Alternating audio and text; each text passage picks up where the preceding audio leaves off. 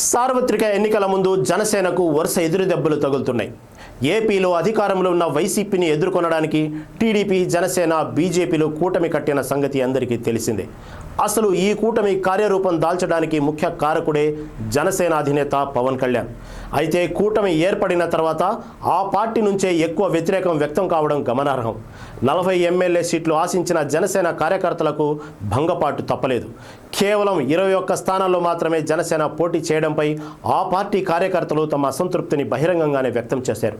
ఈ 21 స్థానాల్లో కూడా వేరే పార్టీల నుంచి వారికి టికెట్లు కేటాయించడంపై జనసేనలో తీవ్ర అభ్యంతరాలు వ్యక్తమవుతున్నాయి. జనసేన పార్టీలో టికెట్ దక్కని నేతలు బహిరంగంగానే తమ ఆక్రోశాన్ని వెళ్లగక్కుతున్నారు. పవన్ వ్యవహార శైలిపై తీవ్ర విమర్శలు చేస్తూ జనసేన నాయకులు పార్టీ నుంచి బయటకు వచ్చేస్తున్నారు. ఇటీవలే అనకాపల్లి నియోజకవర్గ ఇన్ఛార్జ్ పరుచూరి భాస్కర్ రావు జనసేన పార్టీకి రాజీనామా చేశారు.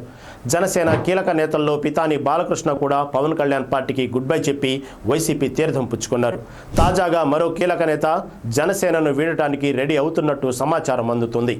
కాకినాడ సిటీ ఇన్ఛార్జ్ ఉన్న ముత్తా శశిధర్ సైతం జనసేనను వీడటానికి సిద్ధమవుతున్నారు.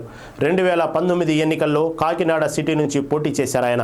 గతంలో కాకినాడలో పర్యటించిన సమయంలో ఇక్కడి సీటును ముత్తా శశిధర్కే కేటాయిస్తారని పవన్ హామీ ఇచ్చారు.